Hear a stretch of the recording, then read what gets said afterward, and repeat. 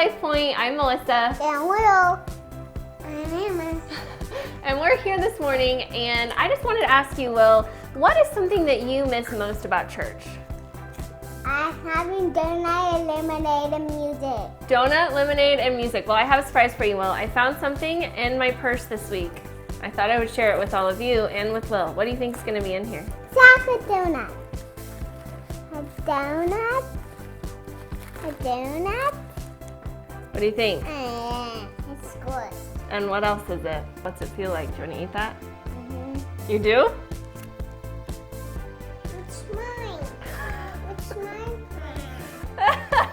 I don't think you liked it very much. And you know what? This half-eaten muffin, yes, it is half-eaten muffin that has been in my purse for 4 weeks now, and I just found it. That was a little bit of a mean trick. I'm sorry we don't have delicious muffins or donuts this morning. Let us know in a comment if you are missing out on those as well. What are you eating for breakfast this morning? And surely I can't be the only one, Will and I, who've just admitted to you that we feel like we have a donut-shaped hole in our lives right now on Sunday mornings. All right, we're gonna get that out of here. So even though there are some things about our Sunday morning services that look really different, as in the lack of wonderful treats, we do still have some things that are the same, and that's that you can follow along with today's service by going to getalifepoint.com. You can take your sermon notes there, you can submit prayer requests, you can give securely online, and while we're at home, that's where you're going to be able to find our kids' lessons as well. And I know our kids have loved singing and dancing along with those videos. All right, we ran out of snacks, which means I've lost my helpers this morning, but I did want to invite you that if you're new, we would love to get to know you, even though we can't see you right now. And the easiest way to do that is just by commenting new in the chat if you would like, or you can go to getalifepoint.com and click that yellow box at the top that says I'm new to let us know how you are connected to us. And if you do that, we would love to give you a little bit of a thank you gift just for filling that out for us. Now today we're starting a new series called The Not So Distant Future, and with everything that's happening in the world right now, life feels pretty crazy, and I bet it feels crazy for a lot of you too. So I'm so glad to be here with you this morning as we can learn and be encouraged. Good morning. We are so glad that you are here today. Hey, would you join us in worship? We're going to keep declaring that our God, despite what's going on, is still good. I can see the clouds rolling. I can feel the wind, they try to shake me.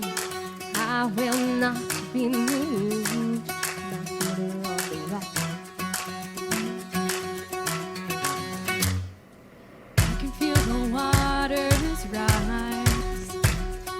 I can hear the howling lies that haunt me.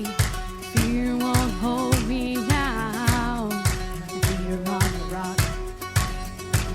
Sing this out. When I feel my hope about to break, I will cling to your unchanging grace. Let the waters come and the earth give way. I'll be dancing in the rain. My feet are on the rock. Ooh. I can see the morning cloud. I can feel the joy on the horizon. Where my faith is found. I stand on solid ground. When I feel my hope about to break, I will cling to your unchanging grace. Let the waters come and the earth give way. I'll be dancing in the rain. My feet are on the rock. Ooh. Against the solid rock I stand, all of the ground is sinking sand. So stomp your feet and clap your hands, my feet are on the rock. On Christ the solid rock I stand, all of the ground is sinking sand. So stomp your feet and clap your hands, my feet are on the rock. On Christ the solid rock I stand, all of the ground is sinking sand. So stomp your feet and clap your hands, my feet are on the rock. When I feel my hope about to break, I will cling to your unchanging grace. Let the waters come and the earth give way. I'll be dancing in the rain.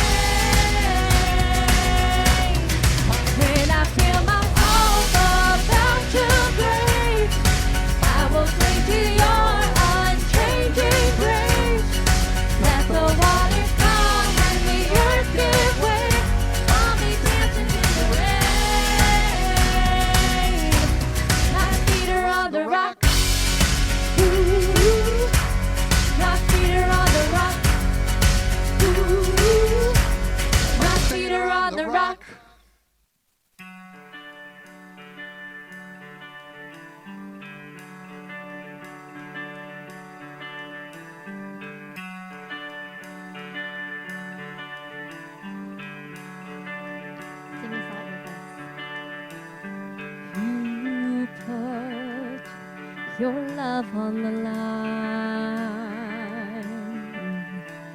To bear the weight of sin that was mine. Washing my river of wrong into the sea of your infinite love.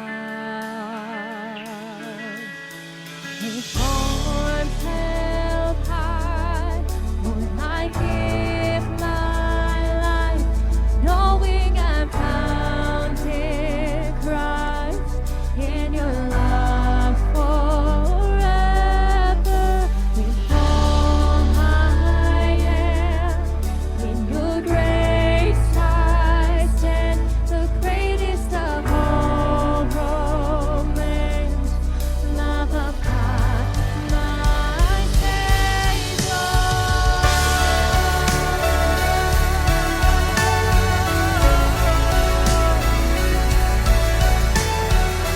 We worship you,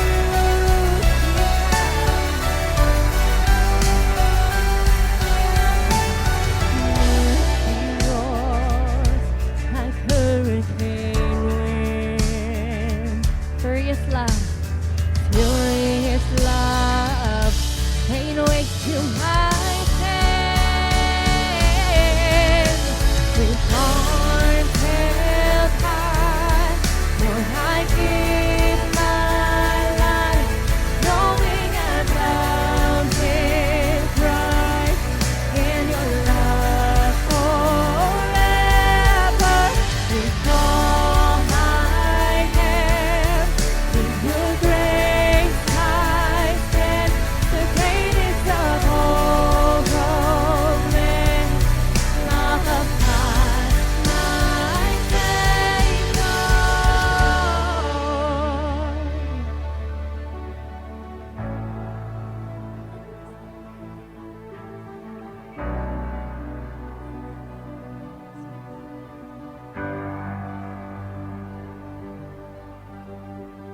To the one who has rescued my soul, to the one who has welcomed me home, to the one who is Savior of all, I sing forever. To the one who has rescued my soul, to the one who has welcomed me home, to the one who is Savior of all, I sing forever. To the one who has rescued my soul, to the one who has welcomed me home, to the one who is Savior of all, I sing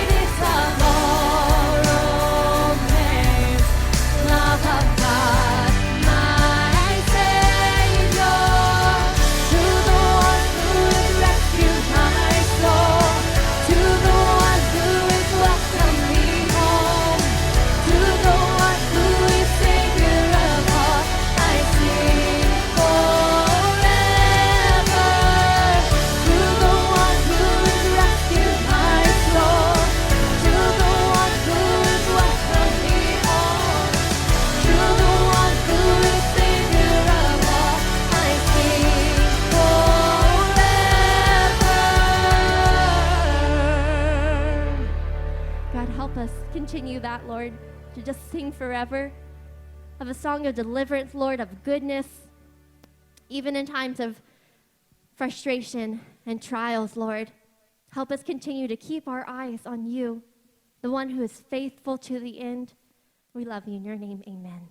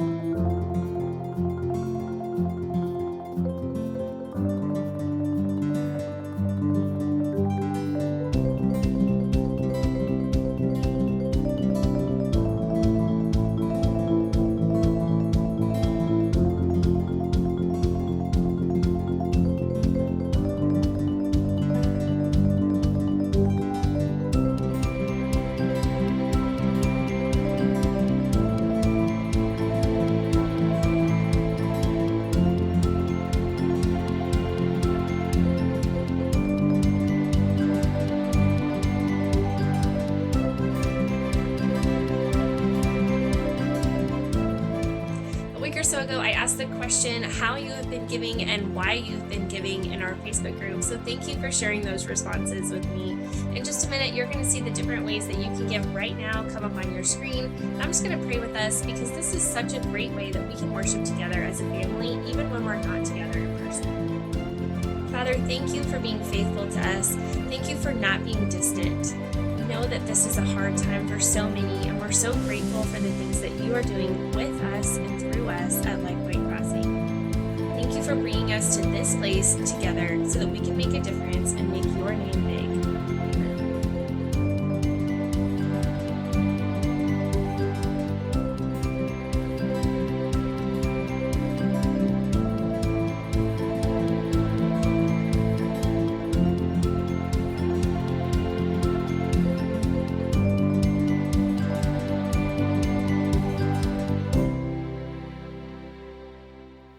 Good morning. I'm not going to preach with this on, but I hope you're practicing good distancing and good hygiene and washing your hands and all those kind of things. But I thought this was pretty cool. Christy Gray made this for me and had to recognize the Thor. But I do have to be honest, it gets a little old with people always confusing me for Thor. Everywhere I go, it's just like, now I got to tell them I'm not that guy. Like, for example, here, I got to show you something. Somebody snapped this picture of me. Can you see that?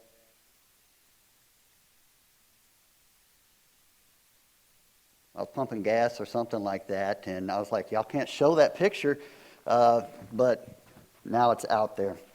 So anyway, good morning. Glad that you guys are with us. And I'm looking forward to starting this new series today about the not-so-distant future. And the first two words of the passage that I want to start reading this morning just kind of hit me as extremely relevant to what we're going through right now. Paul was writing to believers in the first century city of Philippi, and the first thing he told them was, whatever happens. Those were his two words.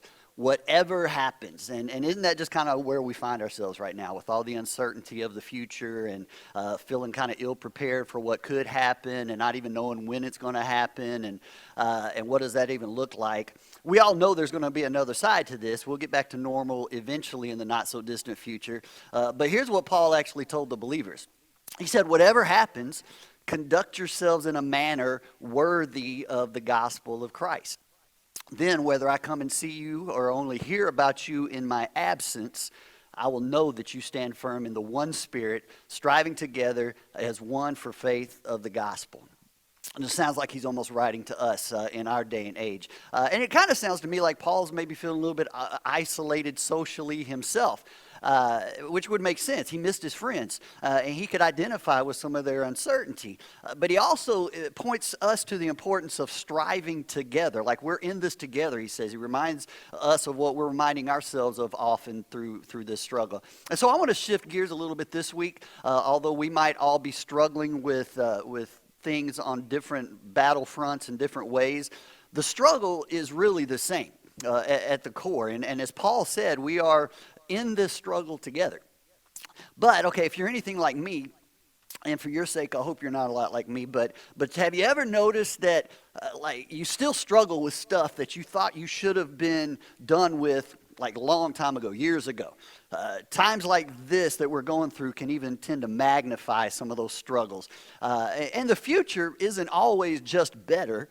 And sometimes, like when you get to be an adult, you just want to assume that things maybe you struggled with as a teenager or as a young adult that you shouldn't have to struggle with anymore. But yet now you still find yourself struggling with the same things.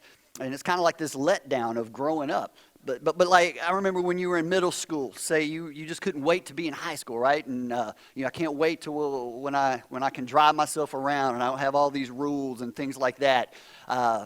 But I also remember one time, as they were trying to shove my head in the trash can for the 6th time as a freshman, I thought, this is high school. This is the struggle-free existence that I had dreamed about, right? Situations change, but struggles tend to remain. And so I want to walk through this passage that Paul wrote to the believers at Philippi together and see how this relates to us in just a moment. But I also want to go back to, if you remember the story of Jacob in the Old Testament, like his entire life was one big struggle, it almost seems like. But it's also this great character study, I think, that shows us the kind of broken people God loves to use. Because we tend to stereotype, I think, the kinds of people we think God will use, or the people God likes the most. But when you come across a guy like Jacob, Jacob was born into struggle. Like he was literally wrestling with his twin brother Esau while they were still in the womb. It was kind of like this prenatal cage match thing going on. And then the Bible tells us as they were being born, Jacob was grabbing at his brother's heel as if they were fighting and struggling about who was going to be the firstborn. And as they continued to grow together, there was just this constant tension between them. In fact, years later, Jacob had to run from his brother Esau for his life. For like 2 decades, he was on the run out of fear, Esau wanting to kill him because he had cheated him out of an inheritance. But if you fast forward, 97-year-old Jacob, way in the future, Jacob gets to a point where he has to go back home. He has to face his brother. And it's this great picture, I think, too, of how any struggle you simply run from is likely to still be waiting for you in some season in the future if you don't face it. Like anything you don't deal with is only going to get worse, is only going to grow stronger the longer that you ignore it. Like in this season we're in right now, think about this. It might only be magnifying some of the struggles that you had been unwilling to face long before they even told us to stay at home. So Jacob, he's getting prepared to go face his brother Esau and make things right. And as he travels, one night he comes across a stranger that confronts him and starts wrestling with him for some reason. And during this struggle, Jacob's hip becomes dislocated. And it's this real strange but fascinating encounter because as they wrestle, Jacob finds out some things about himself that ends up giving him a blessing. And I bring this up because in this encounter that becomes this wrestling match on his way to reconcile things with his brother, it teaches us something about struggle too. Like he thought he was just going to go reconcile things with Esau, the brother he'd been struggling with since before they were born. But sometimes in life, okay, you can find yourself struggling in the end of your life with the same things you started out at the beginning struggling with. Like you can be struggling years later with the same things you struggled with as a kid or as a teenager, a young adult. But it can change shapes, right? Esau had grown up. Esau had matured as well, and times had changed, and things were different. But it was still the same guy, the same brother that was that he'd been fighting with in the womb that he was going to go see. And it's the same thing in our lives. When situations can become more sophisticated, but really at the core, the struggles are still the same. Very familiar. One fear in one stage in life, if we don't deal with it, we carry that into the next stage of life. And it might come out in a different situation, but it's the same unchecked thing. And what Jacob learned on this strange night wrestling with a stranger who ended up being like this divine being that represented the very nature of God. But he found out that night, get this, okay, his real struggle wasn't against his brother Esau at all. Jacob's real struggle was within himself. And that's the real hard lesson that maybe someone just watching right now needs to understand and grapple with and wrestle with too. Your real struggle, listen, your real struggle is not with anybody else. Your real struggle is not with people who don't share your political views or people who don't share your religious views. Your real struggle right now isn't just finances and money. Your real struggle, it isn't with food. It isn't with your hang-ups. All those things can be real. It isn't with your lack of toilet paper. Like you might have struggles in all those areas or more. But the main struggle, the core that you really need to focus on to win in life is the struggle within. How do you deal with those other struggles? So back to this letter Paul wrote to the believers at Philippi. This was a church that he planted, but he wasn't able to go see them because the time he's writing this, he's in prison for preaching the good news about Jesus. And I don't want you to just let that slip by either. He's not in prison because he stole some rims off a chariot or he's out there selling drugs or something like that. He's in jail for preaching about Jesus, for preaching the gospel. But speaking of struggles, okay, think about this too. If he wasn't in prison, we might not even have this letter to look at today that he had to write to them. I mean, it's just pretty cool how God works in the midst of struggle sometimes to do something greater than we can see at the time. If Paul wasn't in prison, we wouldn't even be able to say encouraging things like, I can do all things through Christ that gives me strength, right? It just kind of makes you wonder what greater good God might be doing in and through your life even right now in your current struggle. So here's what Paul wrote to him. Look at this again, Philippians 1:27. He says, whatever happens, whether you end up in prison or you end up in a palace, here's what I want you to think about. Okay, true happiness, whatever happens, true happiness is not about what's happening. It's not just about what's in front of you, okay? Whatever happens, he said, conduct yourselves in a manner worthy of the gospel of Christ. And so you think about our small church family, if you've been with us for a while, you know that we have a lot of different backgrounds, even in our small group. We have a lot of different opinions, a lot of different beliefs about the world, but we still share one mission. And so Paul says this, he goes on to say, listen, I want to know that you stand firm in the one Spirit, the one thing that unites us, striving together as one for the faith of the gospel. Striving together, he talks about. You could almost say struggling together, right? We're in this together. This is one of the things that makes the church unique because in most business settings, it's a little different. Everybody's in it in the business setting as long as we're winning. And if you don't believe that, okay, just skip a couple of paychecks, which a lot of people are forced to do right now, and okay, still see who's in it. Hopefully you are, maybe not, right? Yet here Paul is in prison, and the church he founded is still standing with him. Like, could you imagine the social stigma of having to defend your pastor who's in prison, right? Paul says that just like I knew you were with me when I was successful and out there preaching the gospel, I want to know that you're still with me in my struggle. And I want to know that just like you're with me in my struggle, I want to know that you're with each other in your struggles too. And listen, okay, this is why you have to be really, really careful before you just quickly drop out of church or go looking for something better because the church is full of messed up people, just like you. You need to be careful that you're not always just trying to hop and leave one group looking for another perfect group, better people. Because here's something you just need to accept about people everywhere. We all basically share the same struggles.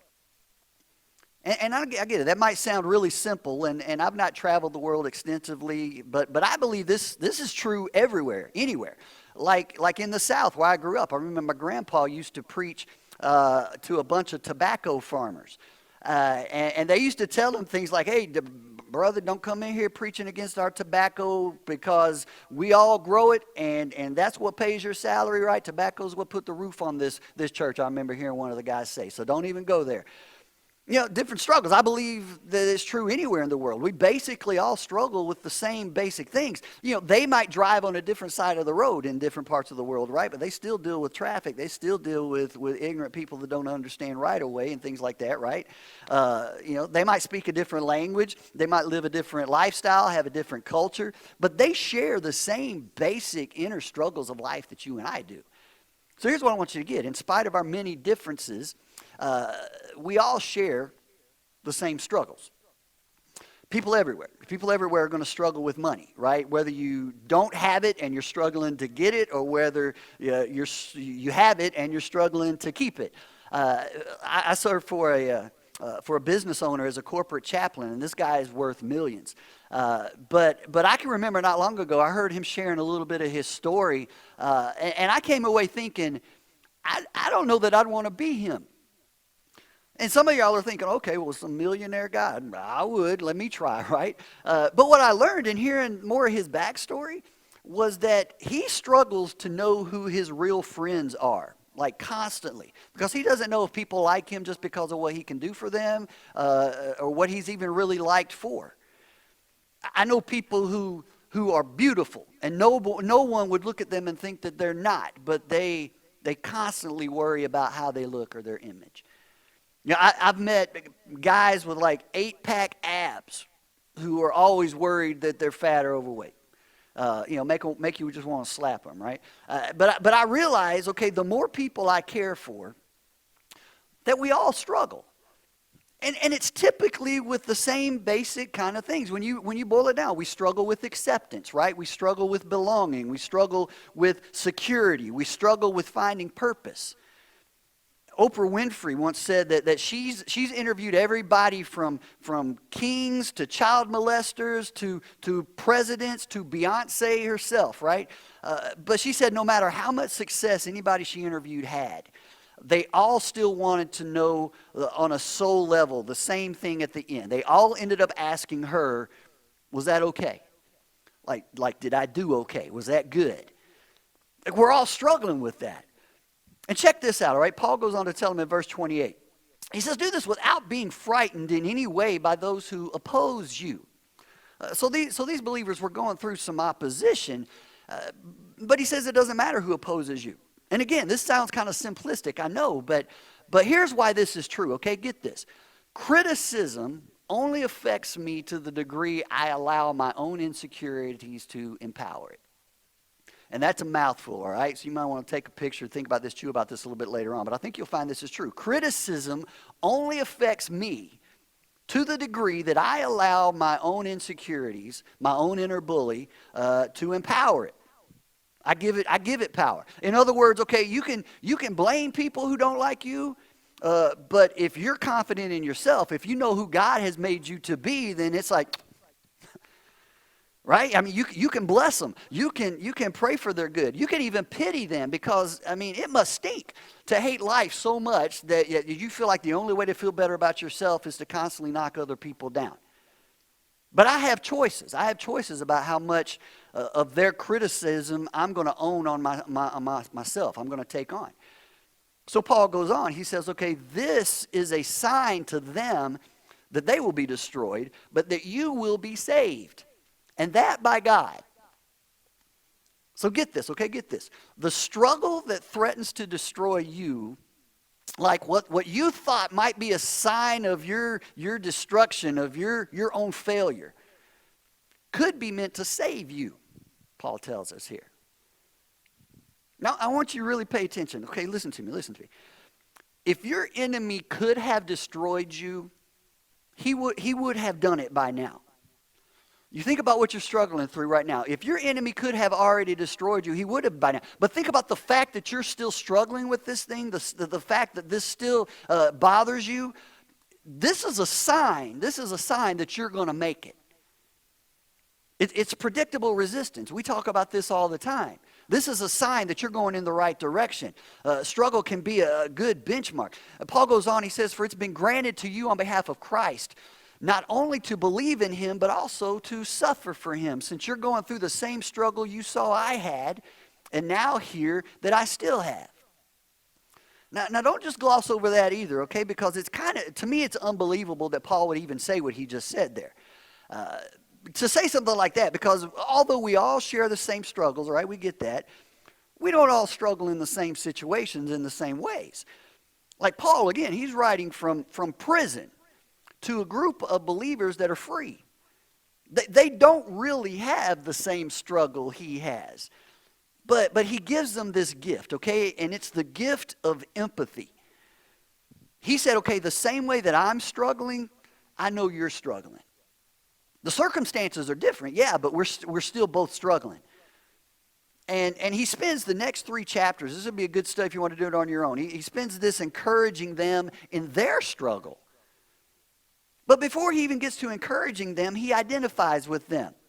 And this is so important. He says, okay, the same struggle I have, chained to this Roman guard, right? I know that you have.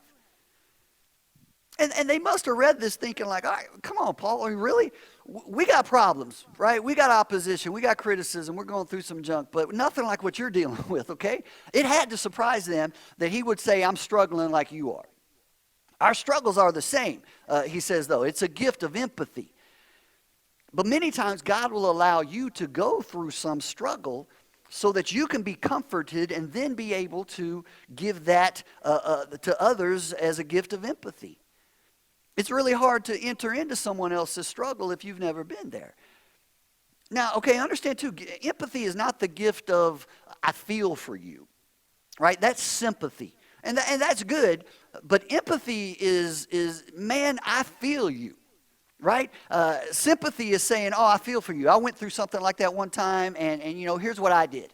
And that's sympathy, that's good, but many more times than not, you probably just don't even need to say that, just zip it. When you empathize, you simply call up and say, hey, I'm sorry to hear what you're going through. I'm here. I'm here for you. You know, one of my closest friends right now, he's going through the struggle of his life. And through it, he's been forced to a real place of brokenness and surrender and humility. And he had to confess some things, some secret things. And he had to ask for forgiveness. And I remember when I first talked to him, I knew he didn't need like 5 steps to get over your guilt right now. I knew because I've been broken. I knew because I've had to confess secret things and ask for forgiveness before. And so I remember, I just said, man, listen, I love you. I know you're a good dad. I know you're a good husband. I'm sorry you're going through this. Let me know if you need me, day or night. I'm here. That's empathy. And if you've ever had to deal with your own brokenness, I mean, it's real easy to say, you know, if you've never been there, it's so easy just to say, hey, just keep your head upright. There's another side of this. We're going to get through it. And all that's true, right? But that's sympathy. Empathy is you hurt, I hurt, right? You're sad, I'm sad with you. You struggle, I struggle with you. And a lot of times what you need in the struggle is not someone's words, but their presence. And this will help us in our relationships. This will help us in our families. It'll certainly help us in our church as we seek efforts to get through our current struggles together. I'm with you. It's why our first priorities as a church since this thing started are to stay connected and meet each other's needs. And everything else is secondary. Because for way too long, right, we were talking about this in our last series, the church has been known for 2 other words. You should, right? You should. Or 3 when it's you should not. You can even like King James it if you want to when we really want to make a point in thou shalt and thou shalt not. That's kind of what the church is known for. But here are the 2 most important words I think you could hear when you're going through a struggle. They're not you should, but me too. Me too. Me too is a really awesome way to lead with love. And let's be real. Most of the time when you're going through a struggle or you're dealing with some junk, you kind of already know what you should do or ought to do. People already know what they need to do. What they really need most of the time is for someone to come alongside and just simply say, hey, me too. I mean, you can get to the advice later, but you got to start where Paul started with these Philippians and just say, me too. We share the same struggle. You know, I'm chained here physically in prison, just like you're chained emotionally with your oppressors, with your critics. Me too. You know, our situations are different, but our struggles are the same. We're in this together, right? Me too. And I know sometimes people get tired of me talking about my inner bully and my own struggles with depression and how I like running and how I don't like cats and all the other struggles. But I've come to believe that that's really just part of being a good human, of being a good preacher. That's good teaching for me because it's not just a bunch of steps to a better life. Those can be helpful. But just somebody saying, hey, me too. Right, you yelled at your kids this week? Me too. You showed your ignorance to your wife this morning? Me too. Right? You mean you have doubts, you have questions sometimes about some of the things you read in the Bible? You know what? Me too.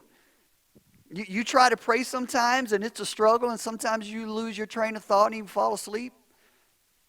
Been there, me too, right? You ate a whole bag of Cool Ranch Doritos and cried like a baby, watching Dear John.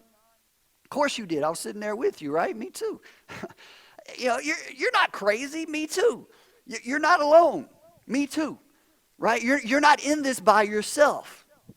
Me too. I struggle. I hurt. I want us to be a me too kind of church. And what a great opportunity to do this in real ways with the struggle we're in right now.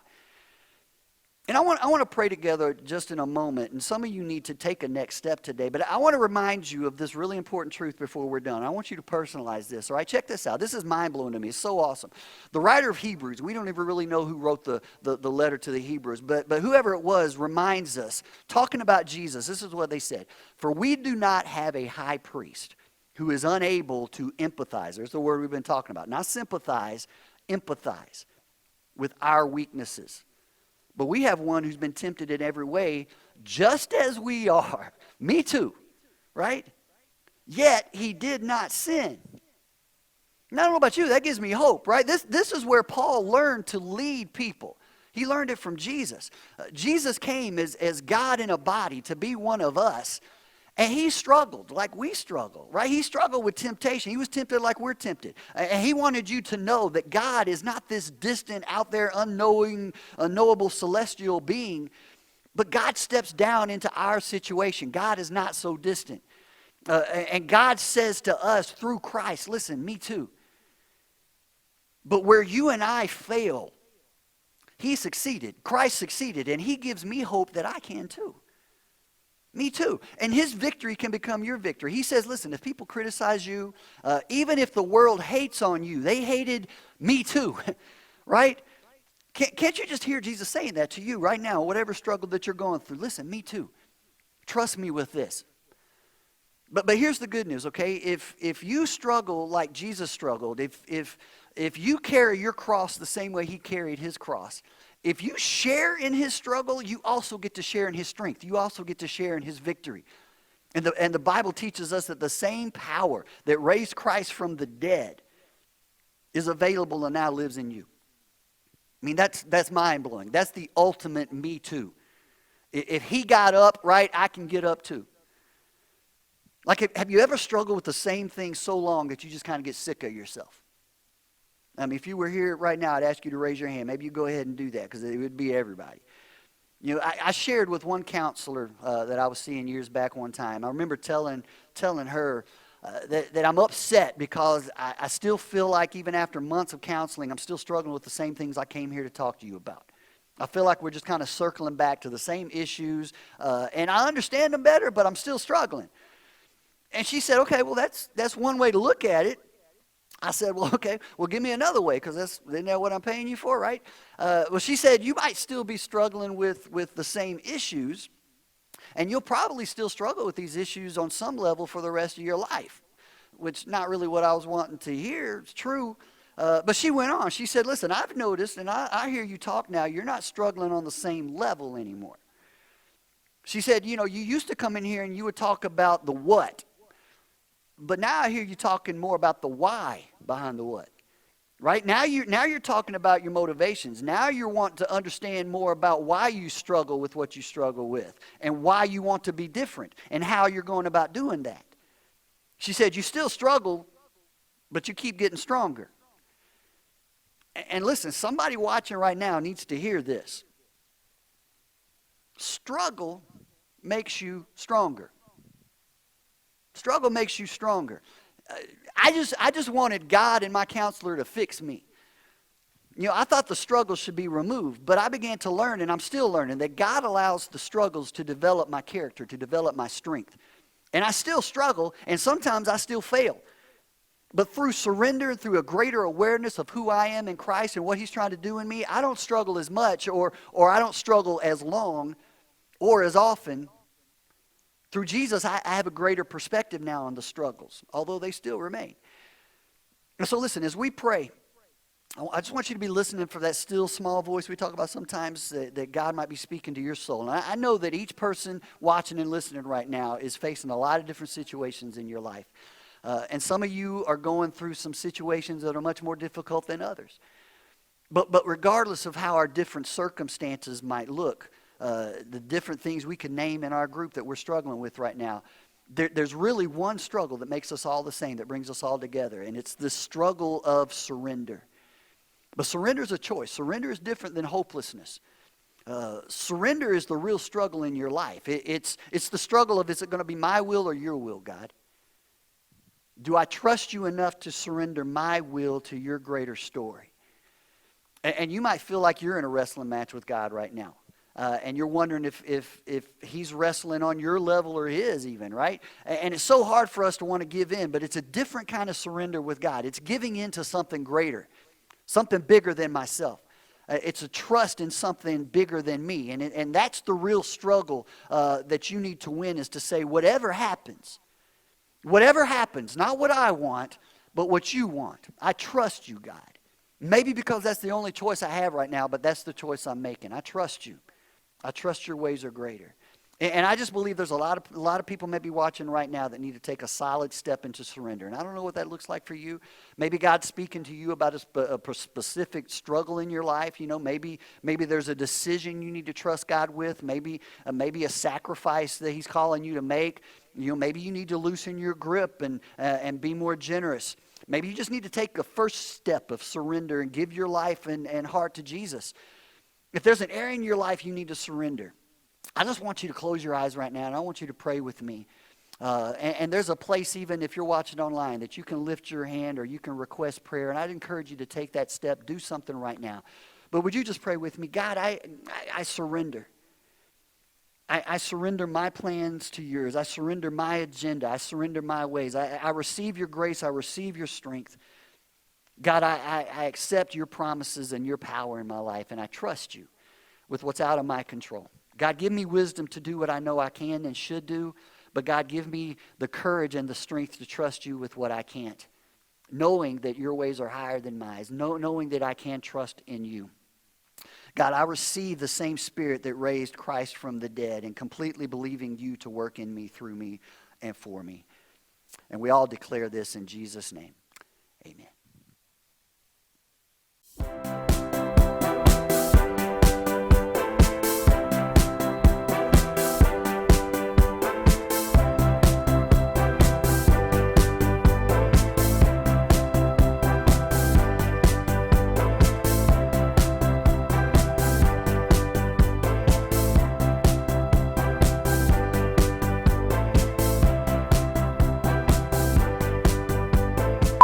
We're filming without Mama.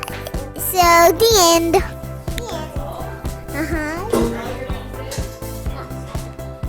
What? I'm just What do you laugh? So glad to have you join us this morning.